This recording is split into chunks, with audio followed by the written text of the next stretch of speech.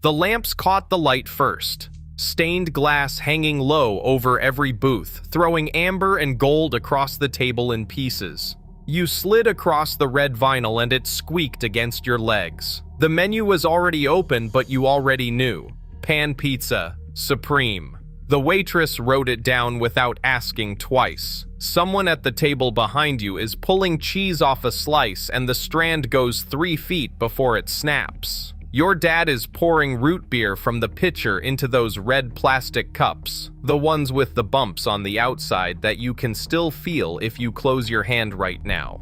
Your brother is feeding quarters into the Pac-Man table in the corner. And above all of it, those lamps. Every booth has one. Every booth is full.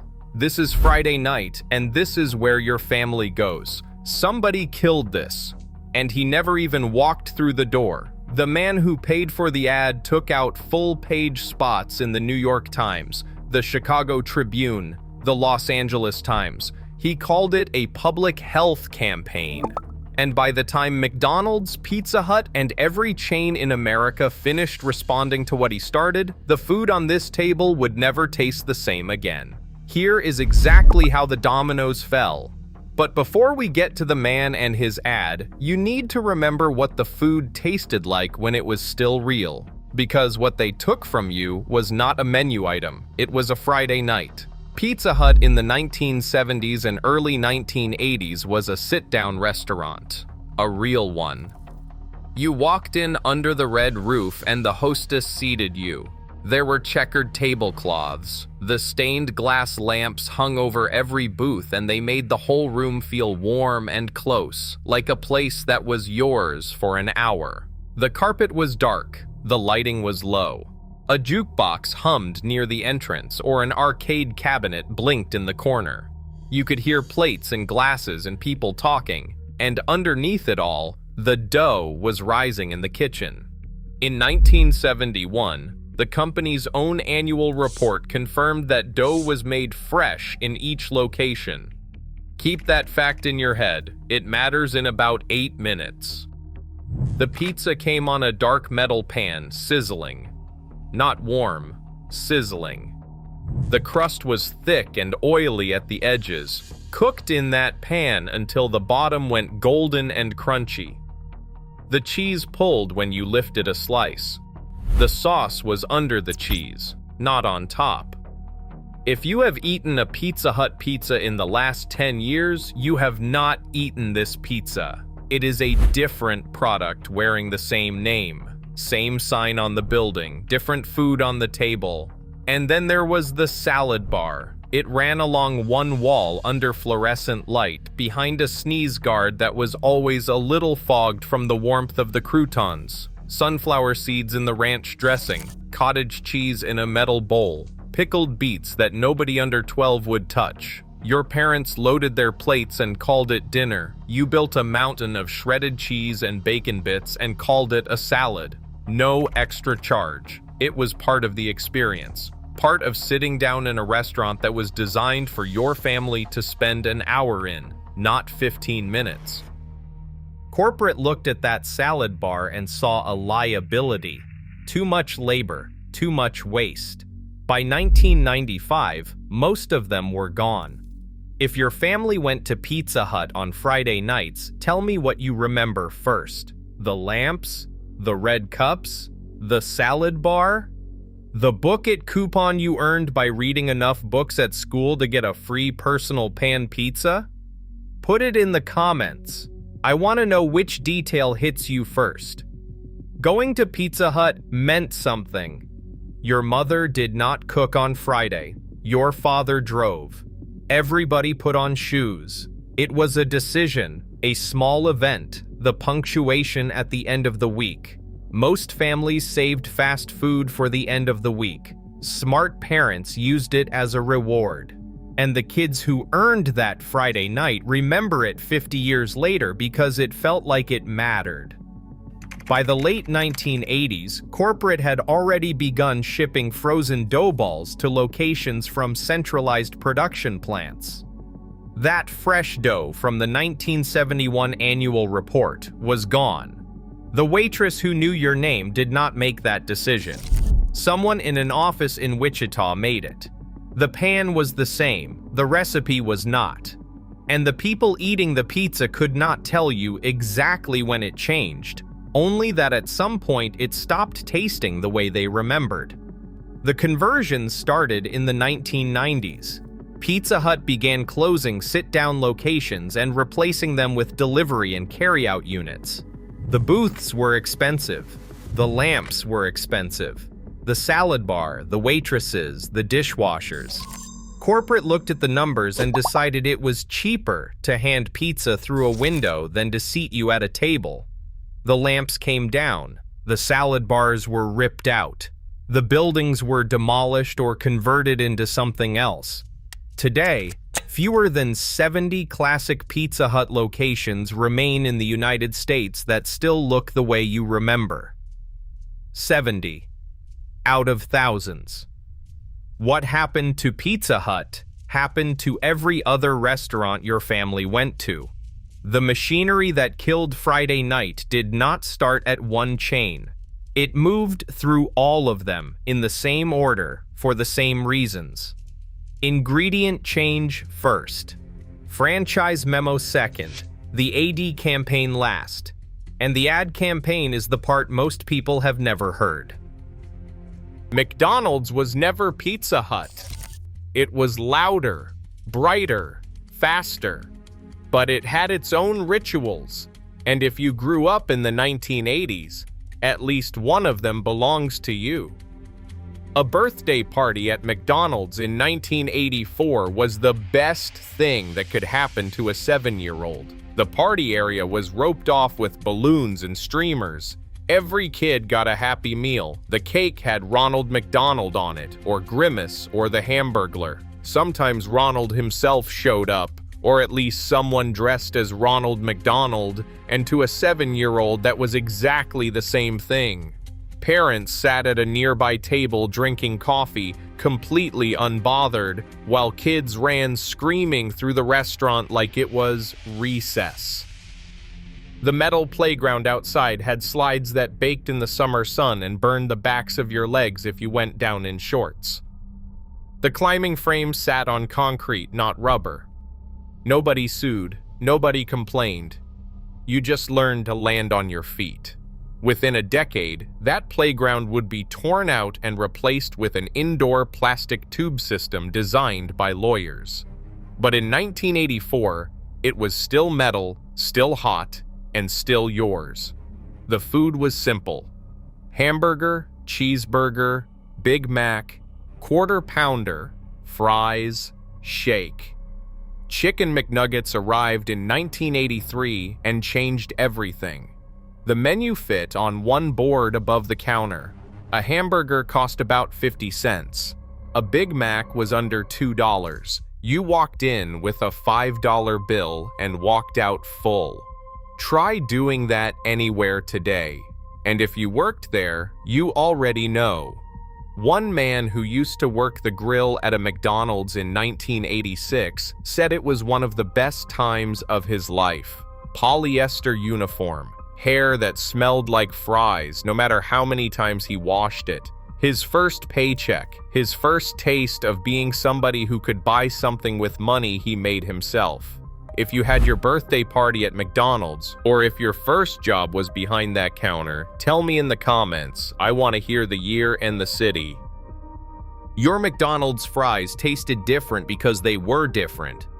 From the time Ray Kroc built the chain through the late 1980s, the fries were cooked in a blend of beef tallow and vegetable oil. Beef tallow is rendered beef fat. It gave the fries a rich, almost meaty depth that coated your tongue and stayed there. The outside was crisp in a way that shattered when you bit down. The inside was soft and hot. If you have been trying to explain to someone younger why the fries were better, that is the reason. Your memory is fine. It was beef fat, and they took it out. Nobody at McDonald's woke up one morning and decided the fries should taste worse. Somebody pressured them, and that somebody had a name. Phil Sokoloff had a heart attack in 1966. He survived. He became obsessed with cholesterol and saturated fat. He was wealthy enough to do something about it. In 1988, he began running full-page newspaper ads through an organization he founded called the National Heart Savers Association. The ads had headlines like this: "McDonald's, your hamburgers have too much fat." He accused the fast food industry of poisoning America. That was his word, poisoning. The ads ran in the New York Times, the Chicago Tribune, the Los Angeles Times, and dozens of other papers across the country. Sokolov spent roughly $15 million over 2 decades on these campaigns. He was not a doctor, he was not a scientist, he was not a regulator. He was a businessman who had survived a heart attack and decided that nobody else should eat the food he blamed for his own. His campaign was entirely legal, every word of it, and it worked. In July of 1990, McDonald's announced it would switch from beef tallow to 100% vegetable oil. The official reason was health. The real reason, according to reporting in the Chicago Tribune that summer, was that Sokolov's ad campaign had made the old oil politically untenable. The company later added artificial beef flavor to the new oil to try to get back what it had thrown away. It did not work. Everyone over 45 knows it did not work. Do you remember the first time you noticed the fries tasted wrong? Not bad, just wrong. Like something familiar was gone and you could not name it. Tell me the year in the comments. When McDonald's switched, the rest of the industry followed within months. Wendy's dropped its tallow blend. Burger King reformulated. No chain wanted to be the last one cooking in beef fat, while Phil Sokolov was buying newspaper ads that called them killers. But the reformulation went deeper than fryer oil. Buns were changed for shelf stability, cheese was adjusted, sauce recipes were locked down across thousands of locations so that no single franchise could deviate from the new corporate specs. The food became consistent, consistently worse. But Sokolov's campaign did more than kill the fries. It gave every corporate office in the country the cover they needed to strip everything else. And what they did next was quieter and worse. Kentucky Fried Chicken had used pressure fryers since the Colonel built the business in the 1940s. Pressure frying cooked the chicken faster and sealed in moisture that conventional frying could not hold. The original recipe depended on that equipment. But through the 1970s and 80s, corporate and franchise locations began replacing pressure fryers with conventional deep fry rigs. They were cheaper to run, safer for the insurance company, and they moved customers out the door faster. The result was chicken that did not taste the same. Ask anyone who ate the old recipe, they will tell you. KFC will tell you the recipe has not changed. Ask anyone who remembers the old bucket. The recipe is 11 herbs and spices. The equipment is what made them work, and the equipment is gone. If your dad brought home a KFC bucket on a weeknight, you remember the moment he walked through the door with it. The smell hit the kitchen before he set it down. You opened that red and white bucket and reached for the biggest piece before your brother could get to it. Mashed potatoes in a styrofoam container. Coleslaw nobody wanted. Biscuits everybody fought over. That bucket was dinner, and it was a good dinner. The man who sold it to your father had the Colonel's face on the sign and on the bucket and on the commercial that played between the shows you watched every night. Burger King kept the flame broiler. That part was real, but the patties were reformulated, the seasoning adjusted, and the fat content reduced in response to the same health pressure that hit McDonald's. Have it your way still meant customization. It no longer meant the same burger. The regional chains did not survive any of it. Burger Chef was acquired by Hardee's in 1982. The locations were converted and the menu disappeared. If you ate at Burger Chef as a kid, you remember the fun meal and the cheap wax paper burgers that cost about 15 cents. You remember the jingle. Nobody at Hardee's remembered any of it. Roy Rogers was absorbed by Hardee's and Wendy's through the late 1980s. The Fixin's bar where you loaded your own burger with pickles and lettuce and onions vanished with the brand. Bob's Big Boy was acquired by Shoney's in 1987 and contracted until most Americans under 40 have never seen one. Howard Johnson's peaked in the 70s and collapsed through the 80s. The orange roof came down. The fried clams and the 28 ice cream flavors disappeared from the highway. Every one of those names triggered something in you just now. You saw the sign. You saw the parking lot. You smelled the food before the door was open. The building is gone. The sign is gone. The company that bought it wanted the real estate or the distribution network. They did not want the food. They never wanted the food. The third force came from Washington. The Nutrition Labeling and Education Act of 1990 required nutrient information on packaged foods. Chains reformulated to look better on paper. The food did not get healthier. It got easier to defend in a boardroom. Then, in 2003, the FDA finalized rules requiring trans fat disclosure by 2006.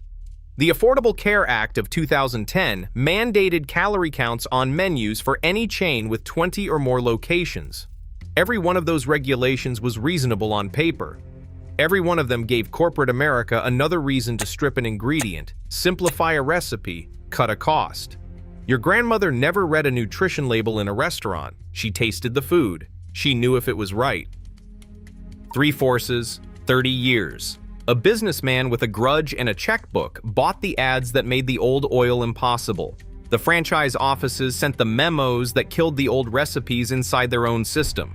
And Washington passed the laws that gave everyone cover to call it progress. The food did not evolve. It was stripped, layer by layer, chain by chain, one corporate memo at a time, until the Friday night your family looked forward to all week became a bag through a window. A box opened in a car. No booth, no lamp, no waitress, no salad bar. No family sitting across from you pulling cheese off a slice that stretches 3 feet before it snaps. Friday night, 1983. Your dad pulls into the parking lot and you can see the red roof from the road. The lamps are already glowing through the windows. Every booth is full. Your brother is asking if he can have quarters for the Pac-Man table, and your mother is already saying one game before dinner, not after. The hostess seats you under the lamp. The red cups are already on the table. Your dad orders the pitcher.